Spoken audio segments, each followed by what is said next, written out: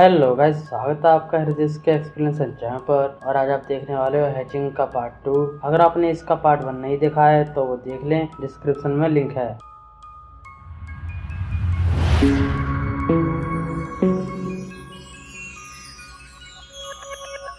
जैसा कि आपने पिछले पार्ट में देखा था कि रेता एक अंडे को ले आती है अपने घर पर और उसे हैच करने लगती है और धीरे धीरे वो अंडा बड़ा होने लगता है और उस अंडे में से निकलता है एक चूजा जो कि बाकी चूजों से बहुत ज्यादा बड़ा था और वो उसकी बात मान रहा था। और टाइम बीतता है और वो रेता की तरह दिखने लगता है और वो पहुंच जाता है रेता की माँ के कमरे में। और अब आगे वो एक चाकू लेकर बाहर चेक करने जाती है तो उसे मिलता है डरा हुआ मैथियस, जो कह रहा था एक तेने एक फ्रीक है, लेकिन मॉम उनसे कहती है कि ये तुम्हारा एक बुरा सपना है। अगले दिन तेने अपने रूम में एली का मेकअप कर रही थी और जैसा कि हर माँ को अपना बच्चा सुंदर लगता है वैसा ही तेना को एली सुंदर लग रही थी। अगले दिन रेता के संग टीना की फैक्ट्री जा रही थी जिसके लिए वो बहुत ज्यादा खुश थी, लेकिन मॉम के लिए कंपटीशन के अलावा कुछ नहीं था। रेता इसे आराम से हरा देगी लेकिन इसकी मॉम खुश नहीं होगी। यही बात सोचकर तेने स्ट्रेस ले रही थी जो कि फील कर दिया एली ने। अब आगे क्या होने वाला है वो आप जानते हो। मदर रेता को घर के लिए लिफ्ट ऑफर करती है लेकिन वो नहीं लेती है और यही तो उसे नहीं करना था। उसके कारण तेने दुखी है और इसलिए एली जो पूरी तरह से इंसान में बदल चुकी है और रास्ते में पहुंच गई, जो तेन्या ने भी भांप लिया लेकिन अब बहुत देर हो चुकी।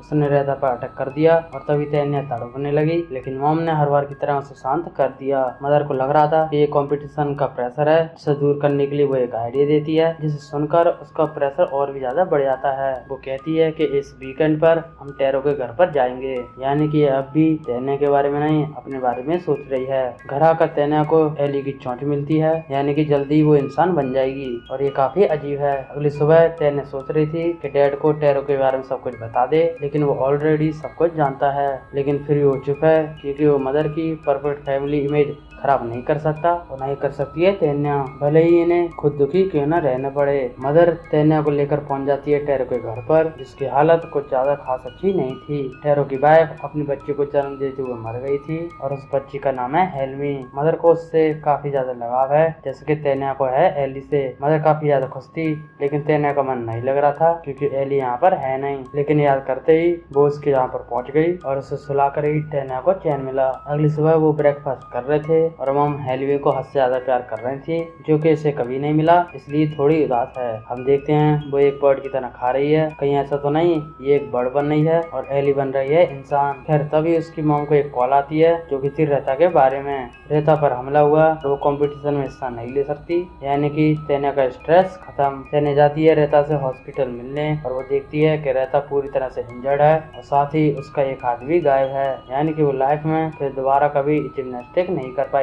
तेन्या को देखकर वो बुरी तरह से चिल्लाने लगी, इसलिए तेन्या तुरंत ही वापस आ गई। घर आकर वो बुरी तरह से रो रही थी क्योंकि ये सब अब कुछ ज्यादा ही हो रहा है। एली ने उसके दोस्तों को भी नहीं छोड़ा, वो सभी को मार रही थी लेकिन दर्द हो रहा था एली को, और ये तो हम जानते ही हैं कि ये दोनों कनेक्टेड हैं। एली उसका दुख बांट रही थी, वो बात अलग है क्योंकि दिया भी इसी ने है। थोड़ी देर बाद जब वो आंखें खोलती है तो एली वहीं पर बैठी थी जो कि ऑलमोस्ट उसकी तरह दिखने लगी और थोड़ी डरावनी। वो उसे खाना खिला रही थी लेकिन तभी टैरो वहाँ पर आ गया। तेन्या उसे दरवाजा खोलने नहीं देती लेकिन टैरो के सामने उसकी ताकत कुछ भी नहीं थी और दरवाजा खोलते ही एली ने उस पर हमला बोल दिया और उसे बचाने के लिए तेन्या भी पूरा जोर लगा रही थी, लेकिन इसी चक्कर में टैरो के हाथ की बुरी हालत हो गई। किसी तरह उसने अपना हाथ बाहर निकल लिया लेकिन तेन्या का फंडा फूट गया, या फिर शायद नहीं। टैरो को नहीं पता कि वो एली थी, उसे लगता है कि वो तेन्या थी जो कि अपनी मॉम के प्रेशर से डिप्रेस है, इसलिए उसने ऐसा किया। उसे कहती है कि मैं दोबारा उसे नहीं दिखूंगी, बस मेरी मॉम से कुछ भी मत कहना। वो कहता है कि किसी को कहीं जाने की जरूरत नहीं है, साथ ही उसने मॉम को भी कुछ नहीं बताया। फाइनली क्वालिफाइंग डे आ गया और जाने से पहले मॉम तेन्या को अच्छी तरह से घिस रही थी और थोड़ा भी रहम नहीं कर रही। वो उसे डांट रही थी जिस वजह से हेल्मी जाग गई और इसका ब्लेम डाल दिया उसने तेन्या पर। ये हम साफ साफ देख सकते हैं कि तेन्या उसके लिए ऑब्जेक्ट है, जबकि असली प्यार करती है ये हेल्मी से। तेन्या भी अंधी नहीं है, उसके प्रति अपनी मॉम का लाड प्यार देखकर काफी उदास थी और इसका मतलब तो आप जानती हो। जल्दी हेल्मी का काम हो जाएगा, क्या पता टैरो का भी। वो काफी ज्यादा ट्राई करती है हेल्मी को अपने साथ ले जाने की, लेकिन मॉम उसे बिना लिए चल दी और जल्दी उसने अपना काम शुरू कर दिया। एक्स लेकर वो हेल्मी के रूम में पहुंच गई जो कि हमेशा की तरह तेन्या को भी दिखाई दे रहा था, इसलिए उसने जानबूझकर अपना हाथ फेंक तक चेक कर लिया और सेम हुआ एली के साथ, जिससे हेलमी की जान बच गई। लेकिन अब तेने की सामत आएगी क्योंकि उसकी मॉम का परफेक्ट लॉक बिगड़ गया। एली खिड़की के जरिए वहाँ से निकल रही थी, लेकिन टेरो ने उसे देख लिया और साथ ही वहाँ रखी एक्स को भी। मॉम तेन्या को वापस ले आई, लेकिन टेरो उसे अंदर आने नहीं देता। वो कह रहा था कि तेन्या ने हेलमी को मारने की कोशिश की, जबकि वो उसे बताती है कि तेन्या तो मेरे साथ थी। लेकिन टेरो कुछ भी सुनने को तैयार था ही नहीं। वो कहता है कि दोबारा कदम यहाँ पर मत रखना, तुम्हारी बेटी के साथ कुछ तो प्रॉब्लम है। मॉम उसे समझाने अंदर जाती है, लेकिन वो अपनी बेटी की जान के साथ समझौता नहीं करेगा कि वो इसके जैसा नहीं है। यहाँ मॉम को आईना दिख जाना चाहिए था, लेकिन नहीं दिखा। वो काफी ज्यादा गुस्सा थी, इसलिए स्टीयरिंग पर सर पीट पीट कर उसने अपने आप को काफी जख्मी कर लिया।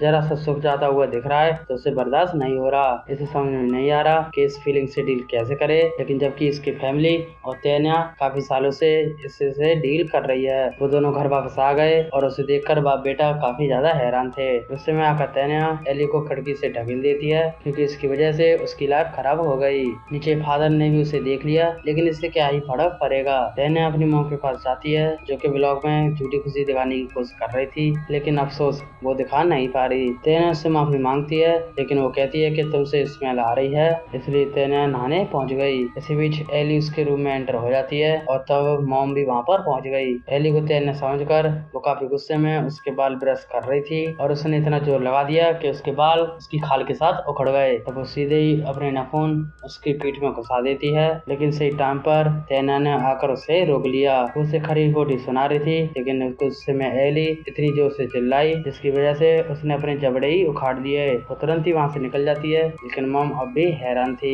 तेन्या उसे सब कुछ बता देती है और अब जाके इसे आने देखा। अब ये हेल्प करेगी एली से छुटकारा पाने में। हाथों में नाइफ लेकर दोनों उसे ढूंढने निकल गए। मॉम ने मटायस और उसके पापा को सब कुछ बता दिया, लेकिन उन्हें कुछ भी समझ नहीं आया और उससे कुछ खास फर्क भी नहीं पड़ेगा। फिर उसे ढूंढते हुए वो फिर से रूम में पहुंच गई। एली ने उस पे पीछे से हमला बोल दिया, जिससे उसका नाइफ गिर गया। वो पूरी तरह मॉम पर भारी पड़ रही थी, लेकिन मॉम किसी तरह नाइफ को उठाकर उसके पीछे स्टैब कर देती है। जैसा कि आप जानते हो, चोट टीना को भी लग रही थी, क्योंकि ये दोनों कनेक्टेड हैं। तेन्या मॉम को रोक रही थी, लेकिन वो अब रुकने वाली नहीं। उसका खेल खत्म करने के लिए मॉम एक लास्ट बार करती है, लेकिन बीच में तेन्या आ जाती है, जिस वजह से उसके चाकू घुस गया सीधा उसके दिल में। यहाँ वो तो मारी गई, लेकिन उसके मुंह से निकलता हुआ खून एली के मुंह में जा गिरा।